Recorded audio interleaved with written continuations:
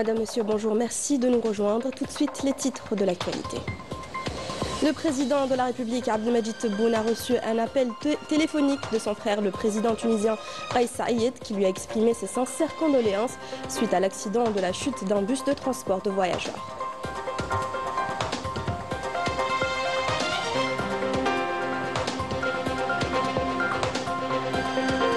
À Gaza, les attaques de l'entité sioniste contre le peuple palestinien se poursuivent, faisant plusieurs victimes. L'UNRWA alerte sur la situation dramatique des enfants gazaouis et appelle l'entité sioniste à mettre fin à la guerre génocidaire.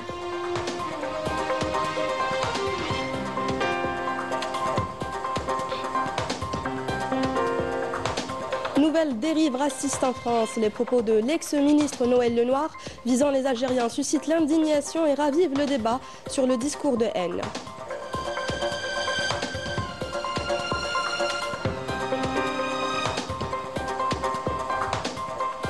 La foire commerciale intra-africaine prévue à Alger en septembre prochain, un rendez-vous économique tant attendu qui se veut un moteur de partenariat et de développement pour l'ensemble du continent.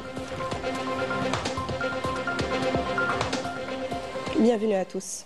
Tout d'abord, le président de la République, Abdelmadjid Tebboune, a reçu hier un appel téléphonique du président de la République tunisienne, Kais Saied, qui lui a présenté en son nom personnel et au nom du peuple tunisien frère ses sincères condoléances suite à l'accident de chute d'un bus de transport des voyageurs, exprimant sa solidarité et le soutien de son pays à l'Algérie en cette douloureuse épreuve. De son côté, le président de la République a remercié le président Kais Saied et à travers lui le peuple tunisien pour les nobles sentiments de solidarité, saluant hautement l'esprit de fraternité unissant les deux peuples frères. Le président de la République a également souligné l'importance de partager les peines et épreuves que traversent les deux pays frères. Sur instruction du président de la République, le ministère des Transports annonce la décision du retrait de tous les bus de transport de voyageurs du parc national dont la durée de service dépasse les 30 ans. Mesure applicable dans un délai dépassant les 6 mois. Le ministère précise dans son communiqué avoir accordé aux propriétaires des véhicules concernés un délai pour échanger les bus et que toutes les facilitations requises seront fournies pour fluidifier l'opération et respecter les délais impartis. Dans le même contexte, le ministère des Transports a annoncé que les enquêtes relatives aux accidents mortels de la circulation concerneront désormais les auto-écoles afin d'examiner les conditions d'attribution des permis de conduire. L'autorité nationale indépendante de régulation de l'audiovisuel a décidé la suspension pour 48 heures consécutives de 4 établissements exploitant le service de communication audiovisuelle, à savoir El Bilad TV, El Wataniya TV, El Hayat TV et Shuruq TV. La décision entrée en vigueur hier à 22h30 sanctionne de graves manquements professionnels consistant notamment à interroger des blessés dans les services d'urgence et de réanimation, à poursuivre les familles des victimes dans leur moment de choc, à diffuser des images et sons choquants sans avertissement préalable et à rechercher une maximisation des indicateurs d'interaction sur les réseaux sociaux au détriment de la dignité et de la vie privée du citoyen. La suspension concerne aussi bien la diffusion satellitaire que la diffusion numérique en direct, avec interdiction de télécharger ou de republier tout nouveau contenu sur les plateformes numériques durant la période de suspension et obligation du retrait immédiat de tous les contenus en infraction des sites, plateformes sociales et canaux numériques affiliés, souligne la même source. À Gaza, 7 Palestiniens sont tombés en martyrs et d'autres ont été blessés aujourd'hui dans un bombardement des forces d'occupation sionistes. Une situation dramatique qui s'accompagne d'attaques récurrentes contre la presse.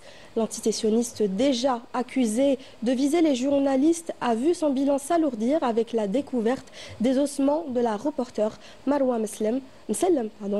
Reportage Wissam Abouzaïd et Walid Yousfi. Au milieu de la peur, de la faim et des ruines, des familles palestiniennes se pressent devant les morgues pour un ultime adieu à leurs enfants ou à leurs proches tombés en martyrs sous les bombes. Un nouveau crime de l'occupation sioniste qui a encore une fois pris pour cible une école abritant des déplacés. Parmi les victimes, cette petite fille innocente, la voix étranglée par les larmes devant sa dépouille, Son père se demande quel crime a-t-elle commis pour mériter ce sort tragique.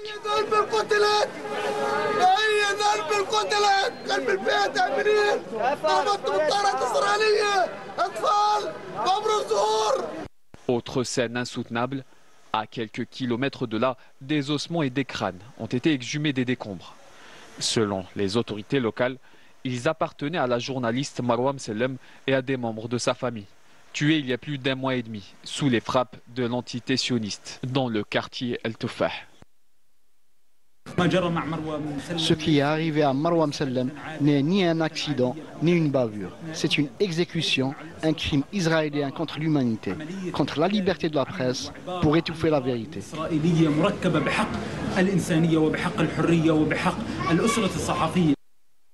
Cette nouvelle tragédie survient au moment où l'armée d'occupation sioniste intensifie ses opérations dans le quartier des Zaytoun, à l'est de Gaza.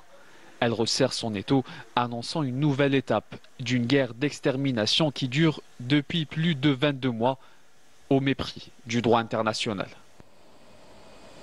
L'Office de secours et de travaux des Nations Unies pour les réfugiés de Palestine a déclaré que la plupart des enfants de Gaza examinés par ses équipes médicales sont émaciés et faibles et risquent de mourir s'ils ne reçoivent pas les soins urgents dont ils ont besoin. L'agence a souligné que plus de 50 000 enfants à Gaza sont tombés en martyrs ou blessés depuis le 7 octobre 2023, appelant l'entité sioniste à mettre fin à cette guerre contre les enfants. L'UNRWA a également déclaré qu'1 million de femmes et de filles dans la bande de Gaza sont confrontées à une famine massive en raison du blocus sioniste et de la guerre et du génocide en cours contre le peuple palestinien. En France, les propos racistes tenus par l'ancienne ministre des Affaires européennes, Noëlle Lenoir, ont suscité l'indignation. Un nouvel exemple du discours de haine visant les Algériens et les populations issues de l'immigration qui gagnent du terrain dans l'espace médiatique et politique français. Afef Belouchet.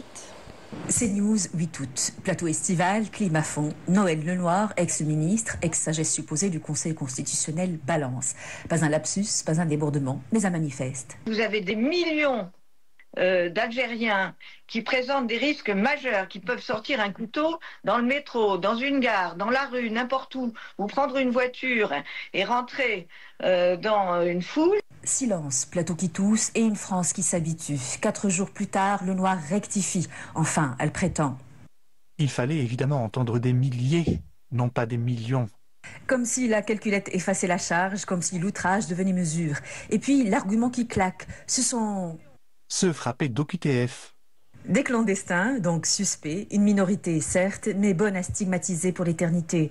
SOS Racisme siffle la fin de la récré, plainte déposée, article 24 de la loi 1881, incitation à la haine, l'ARCOM alerté, la députée Sabrina Sebahi signale au parquet, l'Union algérienne prépare son référé liberté, une lettre ouverte circule, publiée par l'Humanité, signataire des dizaines de chercheurs, intellectuels et militants. Il rappelle l'évidence, qualifier toute une diaspora de bombe humaine, c'est du racisme pur jus.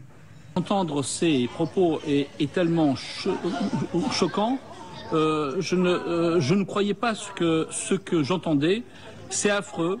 C'est affreux parce que retirer leur dignité aux Algériens qui ont beaucoup donné pour la France, qui ont beaucoup donné pour la cohésion nationale et être traités de cette sorte, ce n'est pas acceptable. Et dire que des millions d'Algériens sont des voyous, ce n'est pas le cas. C'est affreux. C'est du racisme. Et le malaise est là. Le Noir, ex-tête pensante de la République, qui recycle les clichés. L'Algérie bashing, encore et toujours, est devenu un sport national en France. Au Sénat, une voix s'élève depuis quelques mois déjà pour le dénoncer. Je l'ai dit, il y a quelques responsables politiques qui en font un fonds de commerce. Effectivement, aujourd'hui, quand vous regardez sur les bancs de la droite la plus extrême, l'extrême droite et une partie de la droite malheureusement, il y a effectivement une forme d'Algérie bashing. Je l'ai écrit sur les réseaux sociaux, donc je le confirme. Il y a une forme d'Algérie bashing. Mais ce n'est pas le choix de la population française, ni le choix de globalement, que ce soit du chef de l'État, Emmanuel Macron, comme je crois des principaux responsables politiques de notre pays. Et donc je crois qu'effectivement, le rôle des élus, plus que jamais, c'est de trouver des voies de passage et de dialogue entre Paris et Alger. À Paris, la scène est connue. À chaque crise franco-algérienne, on dégaine le vieux jeu du bouc émissaire. Hier, l'islamisme rampant. Aujourd'hui, les Algériens au couteau. Le noir en a fait sa petite rente d'indignation. Elle persiste. Je maintiens mes propos. Des millions, des milliers. Au fond, peu importe. Dans l'arithmétique du mépris, c'est toujours la majorité qui trinque. Retour dans le pays pour parler de la foire commerciale intra-africaine prévue à Alger en septembre prochain. L'occasion pour de nombreux pays et acteurs économiques de conclure de nouveaux partenariats. L'édition 2025 se veut une plateforme de coopération et d'innovation ouverte aux jeunes entrepreneurs et aux investisseurs afin de renforcer l'intégration économique du continent. Badé Amani. Dynamiser les échanges entre les pays africains, attirer les investissements et renforcer l'intégration économique du continent. Des objectifs parmi tant d'autres que la foire commerciale interafricaine et ATF 2025 s'est fixé. Un événement grandiose qui affiche clairement ses ambitions en tant que catalyseur majeur de l'intégration économique africaine. Les organisateurs comptent faire de cette édition la plus marquante en termes d'impact économique et de visibilité internationale, tout en réaffirmant le rôle de l'Algérie comme locomotive du développement africain. Tout ça est une dynamique pour relancer l'entrepreneuriat en Afrique. Et c'est une bonne initiative et je ne suis pas surpris que cette initiative vienne de l'Algérie.